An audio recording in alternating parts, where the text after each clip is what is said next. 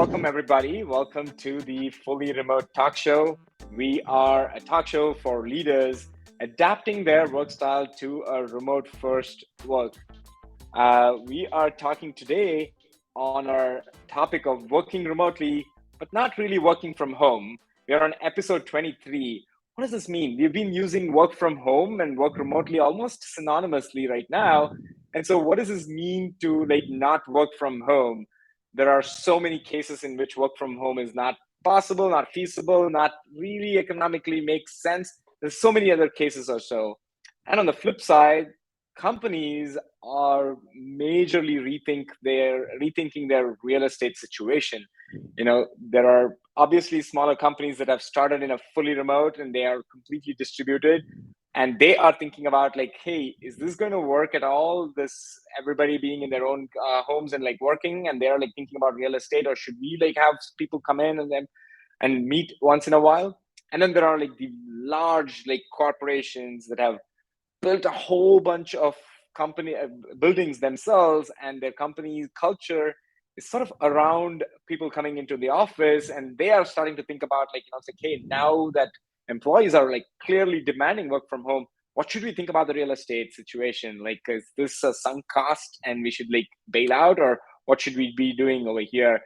And then there are these companies that are in the middle who are trying to wriggle themselves out of a lease and wondering what to do. And they're all these things. And what should a leader do, or an organization do to make it work? And so we're going to be talking about that today. And who else to talk about this but Ian, who is our a business development at Deskpass. For those of you who don't know Deskpass, it's kind of like Movie Pass, where you actually can go and find a desk to go work out of. At least that's the premise with which they started, but I guess it actually has expanded to a lot more, and I'm excited to talk to Ian about it. Ian has talked to hundreds, if not a few hundreds of HR execs, people ops, and CFOs, CEOs, everybody in organizations of different sizes. We're all thinking about adapting this hybrid model, and it's discussed about what their strategy is, and they have data and insights from all the bookings on their product, which has given them enough insights to talk about what is the right way to do hybrid and how should people adopt this. Very, very excited to talk to you, Ian. Welcome to the show. Thank you so much for having me. I'm excited to be here. Awesome. So I want to ask questions, but before that, I want to just check in with the folks over here. Again, what is one word that describes how you're feeling today? And go ahead and put that in that box on the right. It's an interactive show. We run this talk show in a way where we invite everybody who's attending the show to ask questions, sort of not be just that fly in the wall, but be more involved in this process over here while we are having the show. So this is one way where we ask you to check in over here and type that one word that describes how you're feeling today. Let's see what everybody is thinking. How is everybody feeling? Calm, excited, accomplished, motivated, happy. Wow, these are some sort of dynamic opposite things that are going on over here. Some people are calm and excited, motivated, and feeling a bit accomplished as well. This is great. Amazing. It's not even Friday. You're already feeling accomplished on Thursday, so this is good. So this is great. Welcome, everybody. We invite you to ask questions. I am going to move over here and get to this cozy setting where I'm going to ask Ian some questions. But if you have questions, feel free to hit that raise hand button, come up on stage and ask either Ian or me any questions you have to. Yeah. Sorry, I'm just going to... All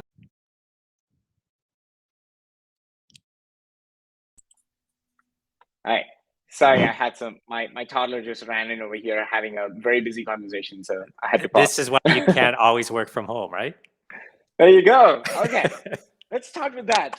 Yeah. Ian, you are definitely working from home. I can see that amazing cabin that you're working out of. Yeah. Tell us where the nearest Deskpass location for you is now that you're in a remote town that you're away from Denver. So this is interesting. So I live in a small town called Crested Butte. population 2,000. The next closest town is called Gunnison, population 10,000.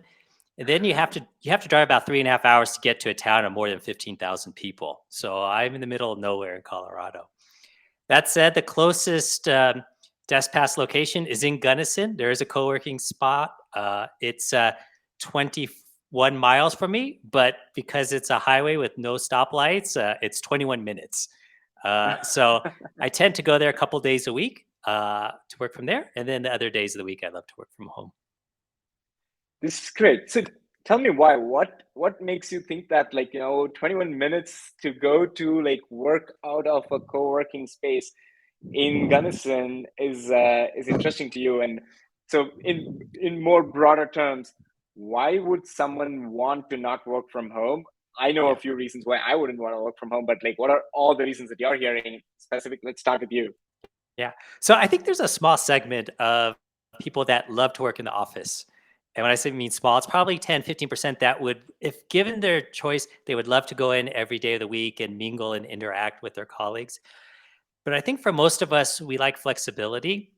So we like working from home, but working from home 5 days a week from start to finish isn't ideal either. In fact, when we looked at our user behavior both before COVID and now that we're finally on the other side of COVID in general, the magic number is 2. So people love to work from home at least 3 days a week, but twice a week they want to get out. And what does that mean? For a lot of people, that means going to Starbucks, right? There's a buzz, you get some coffee, you open up your laptop, and as long as you don't have to go to the bathroom and leave your laptop on the desk and things like that, it works really great. Other people like to go to the libraries. Some people are actually going to hotel lobbies just because they like the atmosphere and the buzz, and there's Wi-Fi there and they can use it. So I think that's the answers. People do love to work from home, but no one wants to be stuck at home 5 days a week. And sometimes they have a toddler that cuts into a video conference, or they need better Wi-Fi, or they just want to get out and into public a little bit and get out of their pajamas. That makes a lot of sense. I don't remember when I last wore dress pants or even jeans for that matter to go into some place. Even if I'm going to a coffee shop, I'm just wearing pajamas over here. But this is great, right? I mean, one of the things that when you started Deskpass, tell us a little bit more about that origin over there, right? Did that start off as a demand that came from workers, and there they actually felt this need, and this is what you were trying to solve for? Yeah. So the original concept of Deskpass started 5 years ago. And the idea, you mentioned Movie Pass, or also Class Pass is another example. And it was primarily geared towards individuals. They could be solopreneurs or consultants, 1099s, or they could be full-time employees. But I think the first kind of phase of co-working was all about individuals and building a sense of community. So people that didn't have colleagues sitting next to them could go to a co-working space, feel like they're part of the human race, and interact with other professionals. And so when we first launched Deskpass, the thought was the same. It was targeting those individuals that didn't want to commit to one specific co-working spot, because we find people do co-working like they do restaurants. Like, who goes to the same restaurant every day, every time they go out? They like to try different ones. So we built this network of co-working spaces where we don't own or operate any of them, but we partner with co-working operators. And we started by giving a subscription product so that our individuals could pay between $50 to $200 a month and get access to any space in our network between 4 and 20 times a month. And that was the initial genesis about 5 years ago.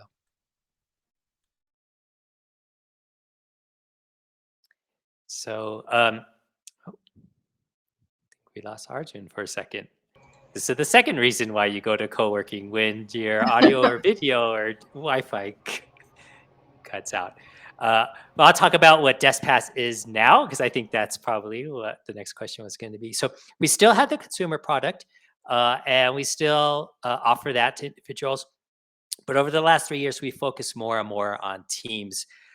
So we have corporate customers from as few as 10 people Our largest customer is 140,000 employees, but our sweet spot is between 25 and about 1,000 employees on average. And what we do is we provide the employers oh, there you're back Hey, again. sorry, I had an internet blip. I mean, I Yeah, think I'm coming up with like all demo of reasons as to why somebody should not work from home, but this is great. Sorry about that.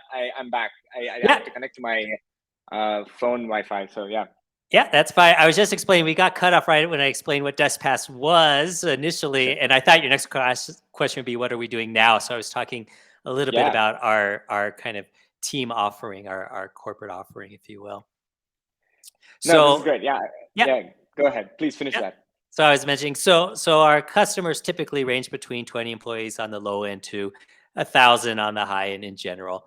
Um, and so we have this model whereby companies can sign up all their employees, and they don't have to pay anything to sign up, and there's no monthly fee. It's just purely pay as you go. So uh, if a company has employees that need a hot desk for a day, they can just book it in Deskpass, and it gets charged to the corporate account.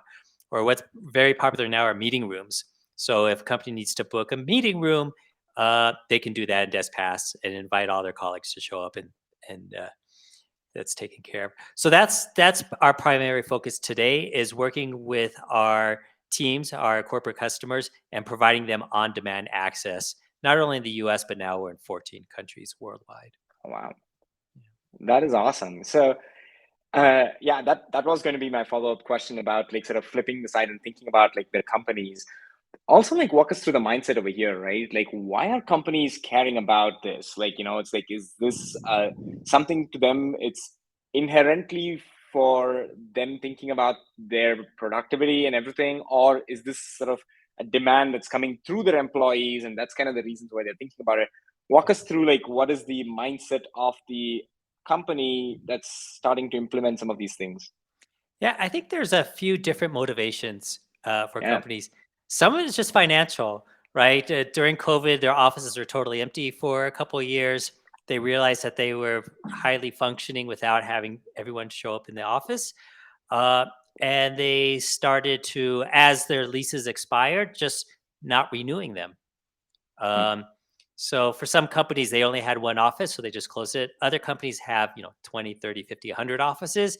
And it on that long tail where they have, fewer employees, they may have let those leases expire. So for some companies, it's just purely financial decision saying, hey, work from home is much cheaper, but we understand for all the reasons that we've gone through that we do need some professional workspace from time to time. And so that's what Deskpass solves for. Other companies, it's different. So we have one company. It's interesting. GoodRx is a public company. They're one of our mm, clients, and they're actually more interested with something that some kind of heads of remote call equity of experience. So they have a mm, gorgeous office in Los Angeles, right? It's mm, really beautiful and great amenities, great food, all of this. But not all their employees live in Los Angeles. They are in other cities where they may have a smaller office or no office at all, and they wanted those employees to have the same kind of equity experience. And in mm, Deskpass, we have some beautiful spaces that are very mm. similar to the kinds of spaces and amenities and experience you might have at the GoodRx headquarters in LA. So they rolled out Deskpass for their folks in Austin and Chicago and some other cities, so that they can experience the same kind of great work environment, even though they're not in LA. So that's the second thing. And the third is it's becoming a recruiting tool now. In fact, Mm, organically, we've had nothing to do with this, but 3 or 4 of our customers, whenever they post a new job listing, the benefits, the 401k and the health insurance, mm, one of those bullet points on several of our clients is Desk Pass membership. mm, So they realize people want to work from wherever, but that doesn't mean they want to work from their home. And so they're mm. using Desk Pass as a benefit for employee retention, recruitment, and engagement. I like that angle. I think like the whole idea of like Deskpass being a perk that like they're able to like give, and it also lines up with the other point motivation that you talked about is the equity of experience. It's almost like a special thing. Like a work from home is like so normal and so like you just get what you are like doing over there, but like we offer you something, and like it's like the company wants to partake in that experience. I like that a lot. I feel like Yeah.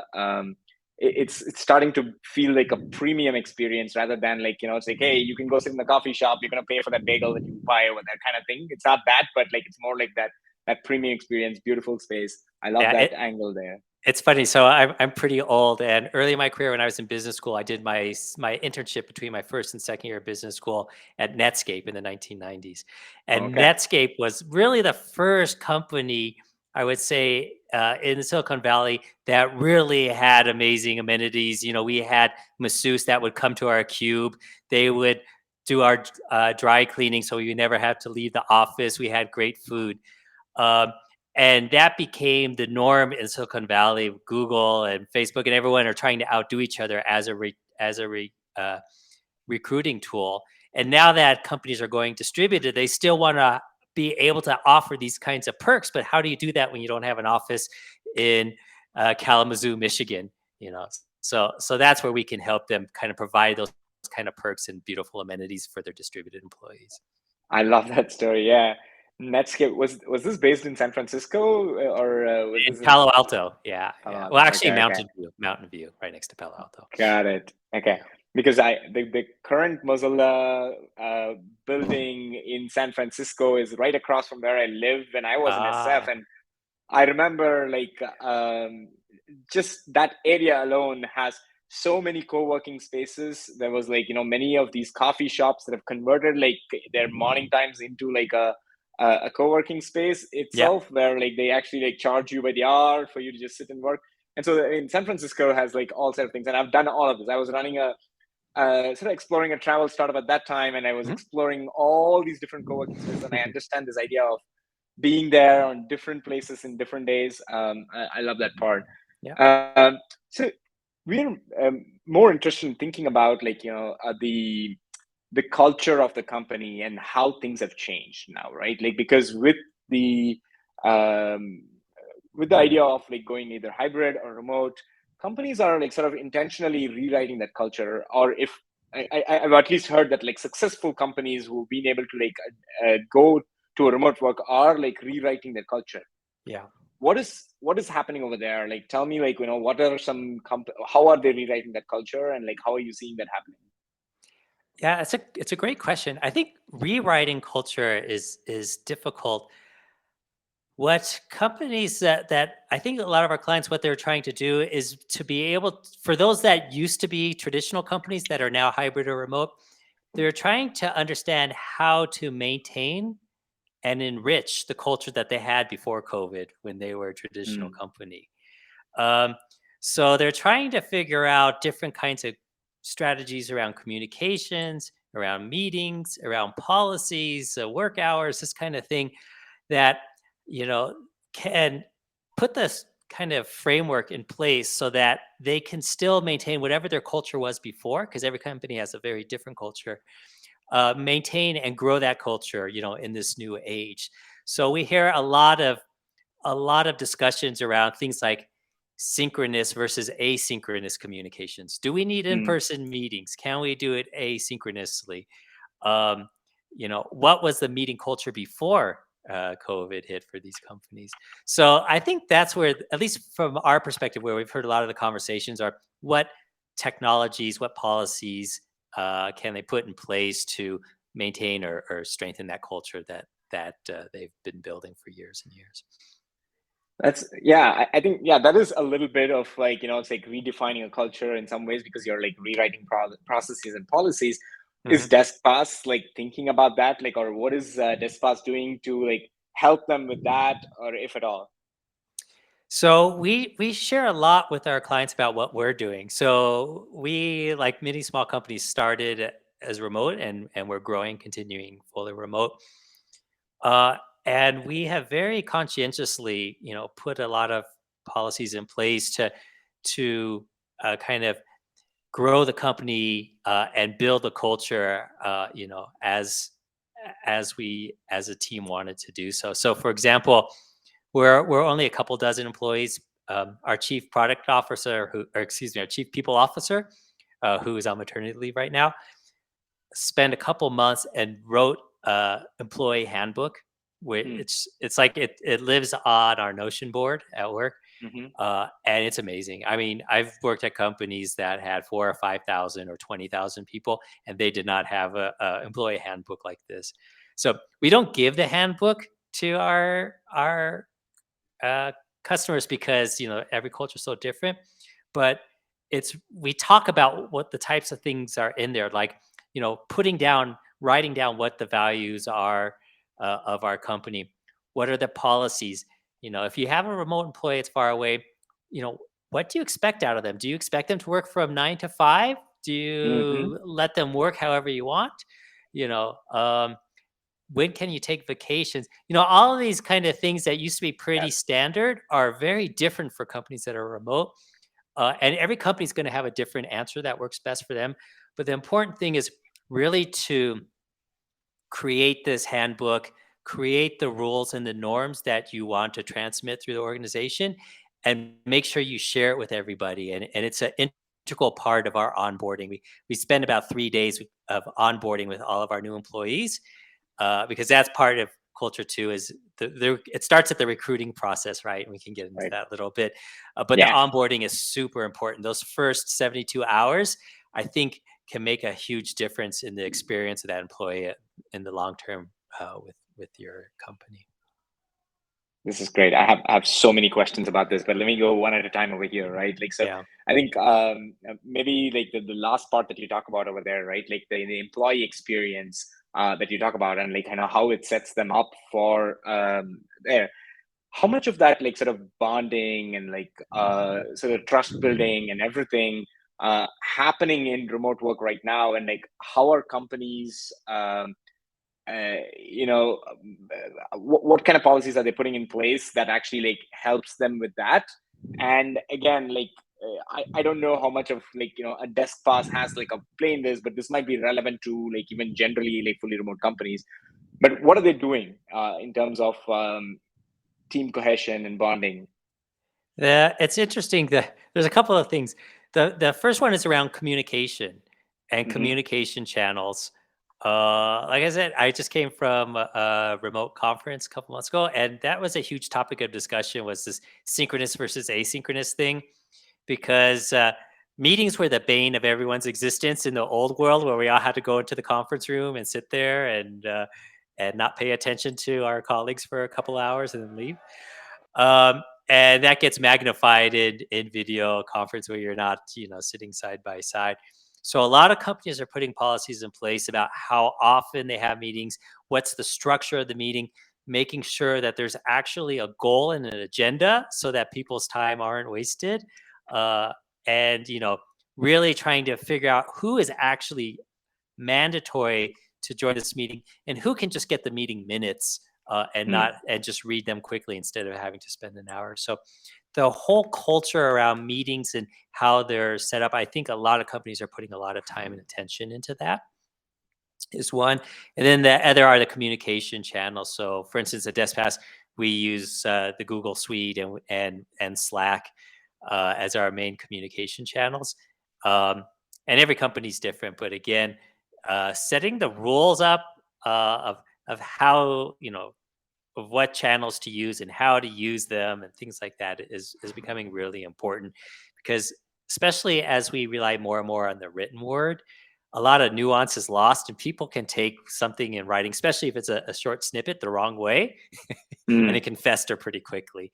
So we see a lot of our clients that are really focused on sort of setting basic protocol without being too big brotherish around, Mm. how to best communicate with each other, and to respect each other, and what's expected of you and your colleagues when you talk on these channels. I like it. I think this whole like conscious effort of putting what your communication culture is Mhm. great. And I'm kind of curious, is this like more like the Silicon Valley companies that are thinking this, or like you've talked to like hundreds of these Every companies? company.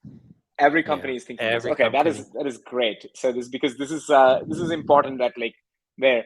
And so when you go and like have conversations with uh who are you primarily talking to in these companies, and like are they realizing like the benefits of this, and like what is the conversation that you typically have with someone in like a say Mm. a 100% Series A company that Yeah. you actually go talk to? Yeah, that's a really interesting question. The answer is it varies. So for the Hmm. smaller companies, it's typically the founders Okay. or one of the senior executives because they don't have a remote head of remote or something like that. For medium-sized companies, let's say 100 to 500 roughly, um, tends to be HR. Hmm. So we're usually talking to someone in the head of HR. If it's not that, then it's someone in the CFO office, finance or like that. But more often than not, it's HR or people operations. Once you start getting over 500, 1,000, 10,000, 100,000, a lot of these companies do have someone involved either explicitly or implicitly with real estate because they have some Hmm. leases. And then we're talking to them in terms of getting them onboarded as a customer and selling them and things like that. But then once they're all set up, then we typically are going back to HR and we're working with them because they're setting up the policies and spending caps. And we have a whole suite of kind of controls within Deskpass for administrators, just like how a medium or large company might handle their travel policies. So we end up working a lot on a day-to-day basis with the HR or procurement department. Interesting. So this is great. I mean, like, are these people already like understanding this problem of like, it's like, hey, how do we make remote work for everybody? Or is there like an education piece? Because I feel like, in a lot of places there is going to be like, why do I have to care? And like, you are going to have to educate them. Is that happening? Or is this like, oh my God, like, yeah, this is what we want? So everyone's identified their problem, right? Okay. Everyone, at least in our world, everyone understands they have some sort of workspace problem they need to solve. And broader, how do we manage a newly remote or hybrid organization? So everyone has identified the problem. Almost no one has really understood what the right solution is, Hmm. because we're still in the first couple of years, and everyone's still figuring out and tweaking it. And it's going to take time. So one of the roles that we play is sharing best practices of what our other clients of a similar Hmm. size that have been really successful are doing. um, so it's funny. We're a technology company. Like we have this platform. It's a two-sided marketplace, but we really think of ourselves as a hospitality company. And Hmm. within hospitality, a consultative role. And we don't charge for these consultative services, but we really try and handhold because we'll work with a company. There'll be 50 people. All of a sudden, the VP of HR is now in charge of remote, whatever that Hmm. means. And he or she is pulling out their hair because they have this new responsibility. They've never done anything like this before, and they're not sure what to do. Um, so we talk to them about piloting and what are some of our other clients are doing, and try and set expectations of what kinds of behavior we think that they'll see, and give them some guidance on what we see as best practices. So we work, so aside from kind of what we do in selling workspace, on the consultative piece and really trying to help companies figure out what their policy should be and how to enact them. This is exciting. Okay. Um, Yeah, I mean, I think this whole area is like pretty new, as you rightly said, right? Like things are all like changing over here. One question that you kind of alluded to is about like why is it why should you start thinking about this like right from hiring, like the whole remote first, and like how do you do that right, and how does that affect this whole culture? So it's or is this something that is new that has changed for remote first companies, or tell me through that process. I I I'm not sure if it's changed, but I think there's a ever increasing importance placed upon it because culture is a interesting thing. Sorry, I thought my dog was coming up to join us, and he may soon. Um, Yeah, there he is. yeah, there he is. So here's Harry. He's coming to Hey, join. Harry. And he's my assistant. Doesn't do much, but keeps me motivated. So, anyways, um, yeah. So culture is an interesting thing, and when you're all together present physically, you can see kind of culture working. You can see how people are interacting, what language they're using with each other, even if you're just standing by the side and watching two other people talk to each other, right? And you see all these kinds of interactions, how they dress, when they show up to work, how they talk to their boss, all these kinds of things that you don't see as much when you're working remotely. So I talked about the handbook and how important that is to instill a culture, but at the same time, you need to make sure that you're hiring people that kind of fit in. So it's not like everyone thinks the same, but you want to try and feel out, the soft parts of the interview, whether they'll thrive in your culture or not. Like for instance, in one part of my career, I worked for an Israeli company, very sort of argumentative, and everyone was right. And in meetings, you had to stand up and really shout your point of view and win over others. Then I spent many years in a Japanese organization, and that was all about being very collaborative and getting agreement on everything, and making sort of these joint decisions. And in both organizations, there's different kinds of people in them, but they all understand what the norms are and can all work within those norms. Um, and so when you're hiring, it's really important that, whatever your norms are, that you try as best as you can to understand where this person is coming from and will they fit in. Because especially when they're remote, it's so hard to teach or train something that's not natural to them. So aside from their skill set and can they do the job, is how well will they thrive within the organization and contribute to the culture and to the team. So for us, for example, even if it's a very junior position, we still in our interview process they'll talk to at least 4 people, and at this stage still they'll talk to the CEO. So Mm. our CEO talks to everyone who's in the kind of the last round of interviews, because we want to talk afterwards and go, what did you think of this person? Not what their skill set is, but how well will they do within Deskpass? Mm. And that's what we mean about, in the interview process, really trying to find people that will work best in the organization. That's very interesting. I think this is interesting in more than many ways for us because, as you know, like we are thinking about like, hey, how do you take the load off like people who are organizing these meetings and like create these nice templates of like what a good interview experience could look like or what a good onboarding experience could look like.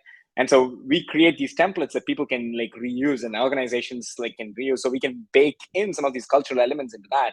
And so in that light, I'm like, it's sort of firing for me, all these things is to like, hey, how can you give like a fantastic hiring process so it actually like gives insights to both of you about whether you're going to thrive in this organization for a candidate, as well as like whether this person's going to like thrive in this organization again, right? Like for either parties. But then like also after you bring mode, you talked about like that first 72 hours onboarding. What's that process like? And again, like I would love to hear what you do at your company, but also like curious to know like how other remote first companies are thinking about like that first 72 hours of experience, of onboarding experience there. What is that like? Yeah, we've tried to sort of pick and choose what we thought were the best practices from some of our clients. For example, Basecamp is one of our clients, and they're Mm-hmm. very famous for being a remote organization.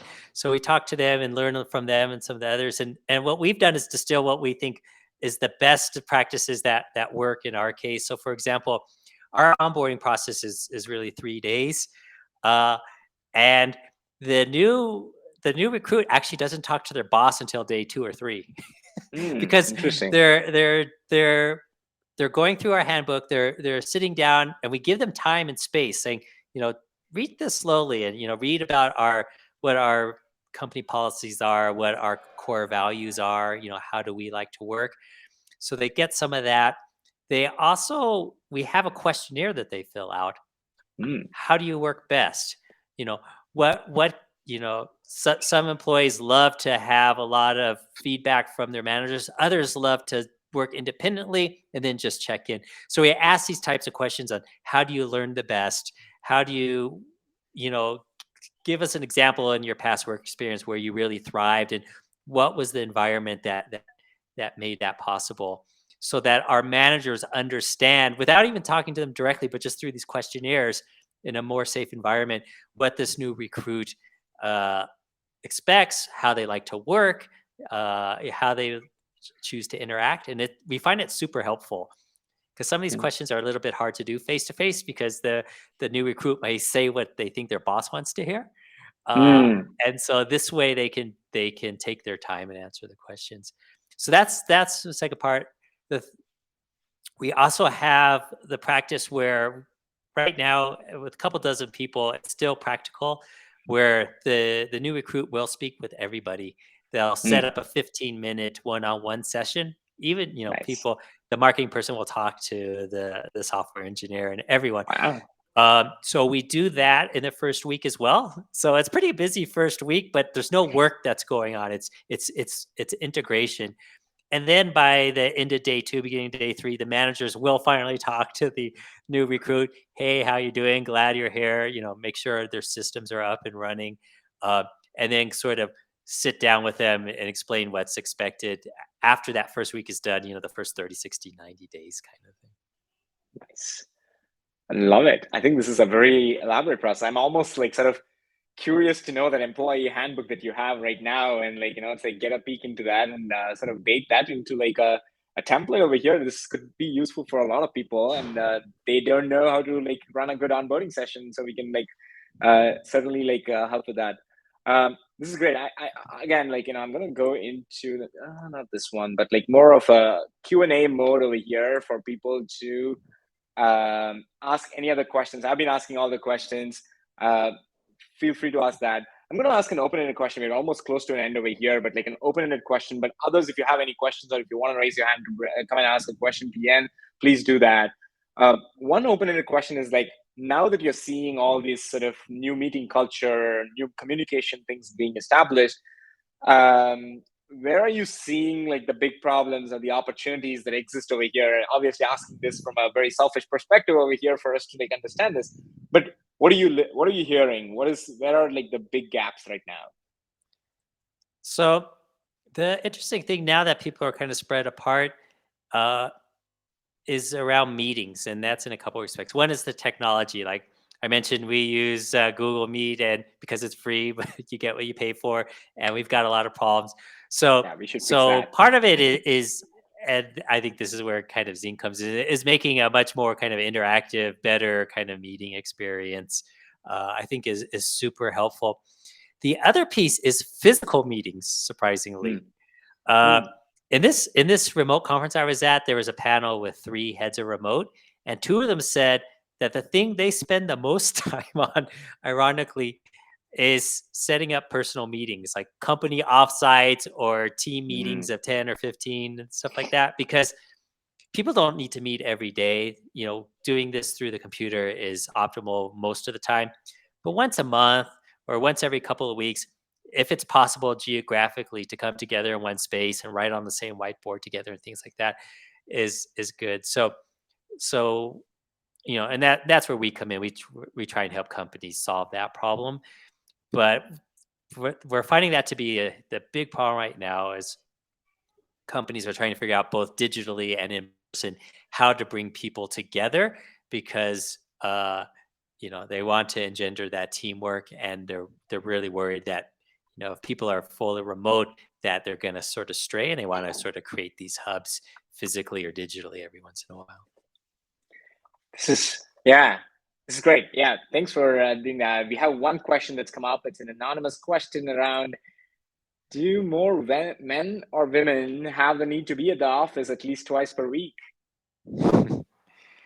That's an interesting question. We haven't. I'm sort of the data guy too. I pull up a lot of numbers and things. I haven't looked in terms of gender on Hmm. different behaviors, but that's a it's a fantastic question.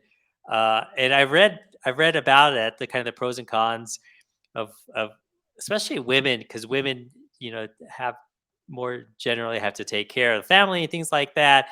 And work from home gives them a lot more flexibility, but the cost of that is they don't have as much face time in the office, and will they fall behind when promotions come up and things like that? So it's a great question. It's something I'll take a look at after and Yeah. respond after, but right now I don't know the answer. Yeah, I think I like that question too. Yeah, because I think one of the things that we've seen is that like remote work is not the same for everybody, which we know, but like it's also like so weirdly split. It's not about so it's like there is a difference between like men and women, which is true for many different, even in person, but personality types affect people working remotely, earlier in the career or later in the career. All of these things are affecting people very differently when it comes to like remote work. So I think looking at data, especially since you have data right now as to like who's opting in to be hybrid, who's trying to come into office, it would be interesting to see across these different dimensions how people are doing. So what's interesting, a psychographic split. So we have a client, and we have a lot of clients like this, but one client in particular, the use case for Deskpass is they have sales team all over the country, where they don't have a corporate. They used to have a corporate office in each of these cities, but they don't anymore. So now other salespeople are working from home. And I know it's a generalization, that a lot of salespeople are extroverts. I'm in sales. I'm actually an introvert, but this team has an inordinate number of extroverts, and they love to come together and meet. So they're clamoring to just sit in the same meeting room, even if they're not even communicating, but just to be with their colleagues and stuff. So I don't know the answer to the gender question, but I see a really strong preponderance for extroverts to love to be able to come in every once in a while and meet physically, in this new kind of fully remote world. Yeah, I totally see that, right? Like to meet people and charge yourself with energy, be motivated and excited about it, Yeah. makes a ton of sense. Yeah. This has been fantastic. I know that like I could keep asking you a lot of questions and I'm getting some interesting topics over here, but we gotta like start wrapping this up. So, but before we wrap up, I want to announce next week's show. We are talking to Julie. Julie Hansen is talking to us about executive presence in virtual meetings. She has before been a person who's acted and been on stage and like and knows what it means to like be on camera, how to have like executive presence on camera, and she's going to talk to us about that. We're excited. Same time next week, Thursday, 5 p.m. July 28th. So if you are tuned into this, tune into that as well. With that, we come to the end of this, wrapping up. And folks who are here, thanks for attending. If you have any takeaways from today, please go ahead and like share that in the bottom text that you see over there. But I want to take this moment to thank Ian for being here and patiently answering all our questions and like sharing your insights. It's been wonderful talking to you, Ian. Jen, thank you for the opportunity to share. I really enjoyed our time together. Thank you so much. All right, folks, that's it for today. I'll see you all later. Ian, if you could just stay a few minutes, I want to just like quickly wrap up with you as well. But thanks, folks. Thanks for attending.